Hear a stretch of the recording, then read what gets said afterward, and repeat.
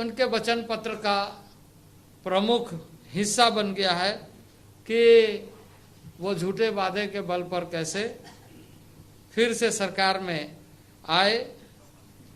कांग्रेस ने अपने घोषणा पत्र में जनजाति अधिकारों के संरक्षण के बारे में कानून लाने की बात की है।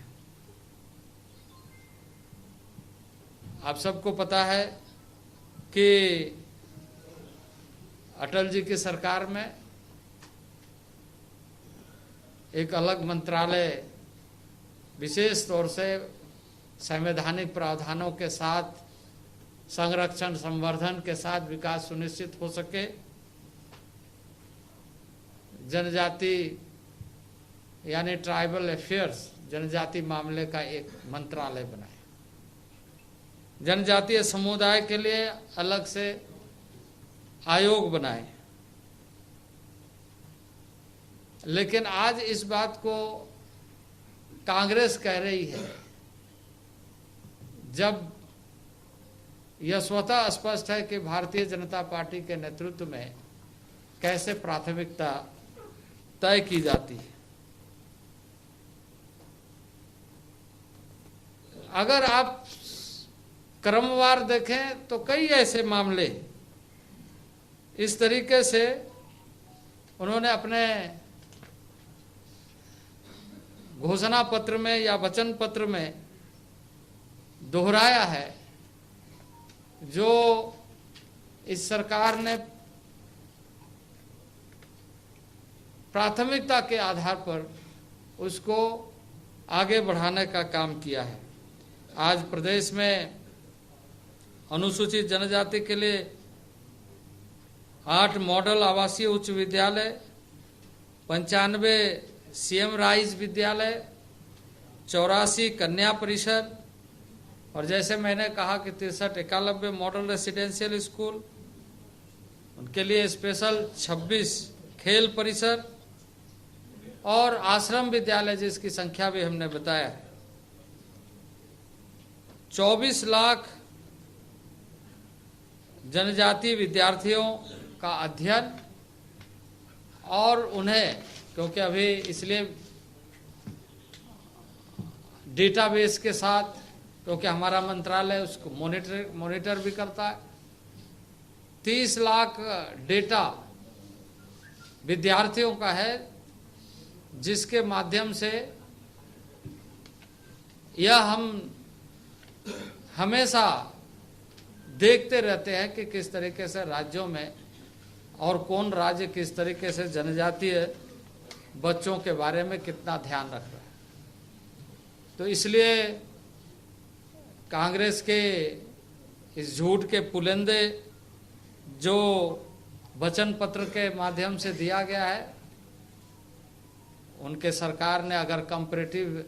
स्टेटमेंट को आप अगर देखें एक नज़र में, वो आपको उपलब्ध करा दिया जाएगा, तो उसका वास्तविकता स्पष्ट हो जाएगी कि उनके शासनकाल में और हमारे शासनकाल में किस तरीके से उत्तरोत्तर राज्यों में विकास के कार्यों को और इस बात को प्रमुखता दिया गया है कि जिससे उनका सम्मान भी बढ़े, स्वयं को समझे और विकास के लिए सभी वर्गों को लेकर साथ चलने का जो एक उद्देश्य कि समग्र राष्ट्र का विकास हो, उसको आगे बढ़ाना है। कांग्रेस ने अपने शासनकाल में अपने परिवारों के माध्यम से, उनका नामांकन के माध्यम से और उन्हें क्षेत्रों तक सीमित रह करके सोचने का काम किया है। लेकिन आप यदि देखें तो लगातार यह कोशिश की गई कि जो देश के अंदर वैसे क्षेत्रों में आज जगह जगह पर म्यूजियम बनाए जा रहे, जगह जगह पर स्वतंत्रता सेनानी जो जनजाति समुदाय के उनके संग्रहालय बनाए जा रहे और आदिवासी समाज से जुड़े प्रतीकों, स्वतंत्रता वीर सेनानियों का संवर्धन संरक्षण को आगे बढ़ाया जा रहा है। 15 नवंबर जैसे हमने कहा कि भगवान बिरसा मुंडा का जन्मदिन को गौरव दिवस के रूप में मनाने का देशवासियों को आह्वान किया गया और बहुत आत्मीयता के साथ अपने आप को गौरवान्वित महसूस करते हुए उस दिन को देश के आदिवासी मना रहे हैं। जनजातीय जननायकों का सम्मान और गौरव बढ़ाने के लिए लगातार ये प्रयास जारी है और उसका एक अच्छा परिणाम देखने को मिल रहा है। अनुसूचित जाति जनजाति बाहुल क्षेत्र में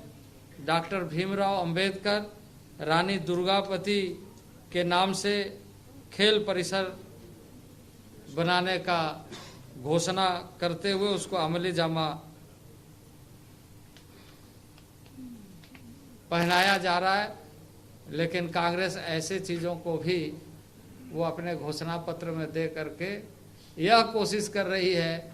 कि हम फिर एक बार सत्ता में आने के लिए वैसा हथकंडा अपनाएं जिससे कि लोग उस भ्रम जाल में आए। मैं आपको कुछ जो और प्रमुख विषय जो आपके लिए भी हमारे लिए भी और इस